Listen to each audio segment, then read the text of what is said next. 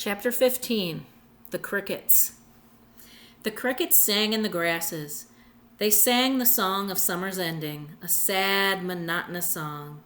Summer is over and gone. Summer is over and gone. They sang, over and gone, summer is dying, dying. The crickets felt it was their duty to warn everybody that summertime cannot last forever. Even on the most beautiful days in the whole year, the days when summer is changing into fall, the crickets spread the rumor of sadness and change. Everybody heard the song of the crickets. Avery and Fern Arabelle heard it as they walked the dusty road. They knew that school would soon begin again. The young geese heard it and knew that they would never be goslings again. Charlotte heard it and knew that she hadn't much time left. Mrs. Zuckerman, at work in the kitchen, heard the crickets, and a sadness came over her too. Another summer gone, she sighed. Lurvy, at work building a crate for Wilbur, heard the song and knew that it was time to dig potatoes. Summer is over and gone, repeated the crickets. How many nights till frost? Sang the crickets. Goodbye, summer. Goodbye, goodbye. The sheep heard the crickets, and they felt so uneasy they broke a hole in the pasture fence and wandered up into the field across the road. The gander discovered the hole and led his family through, and they walked to the orchard and ate apples that were lying on the ground. A little maple tree in the swamp heard the cricket song and turned bright red with anxiety. Wilbur was now the center of attraction on the farm. Good food and regular hours were showing results. Wilbur was a pig any man would be proud of. One day, more than 100 people came to stand at his yard and admire him. Charlotte had written the word radiant, and Wilbur really looked radiant as he stood in the golden sunlight. Ever since the spider had befriended him, he had done his best to live up to his reputation. When Charlotte's web said, "Some pig," Wilbur had tried hard to look like some pig. When Charlotte's web said, "Terrific," Wilbur had tried to look terrific.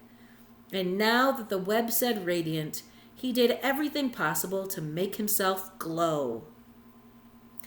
It is not easy to look radiant, but Wilbur threw himself into it with a will. He would turn his head slightly and blink his long eyelashes. Then he would breathe deeply. And when his audience grew bored, he would spring into the air and do a backflip with a half twist. At this, the crowd would yell and cheer. "How's that for a pig?"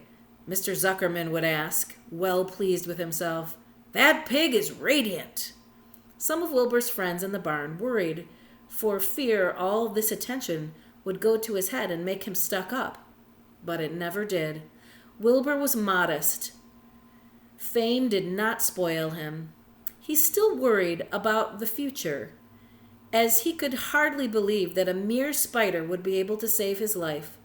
Sometimes at night, he would have a bad dream. He would dream that men were coming to get him with knives and guns. But that was only a dream. In the daytime, Wilbur usually felt happy and confident. No pig ever had truer friends, and he realized that friendship is one of the most satisfying things in the world. Even the song of the crickets did not make Wilbur too sad. He knew it was almost time for the county fair, and he was looking forward to the trip. If he could distinguish himself at the fair and maybe win some prize money, he was sure Zuckerman would let him live.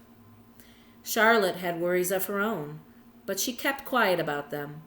One morning, Wilbur asked her about the fair. "You're going with me, aren't you, Charlotte?" he asked. "Well, I don't know," replied Charlotte. "The fair comes at a bad time for me. I shall find it inconvenient to leave home, even for a few days." "But why?" asked Wilbur.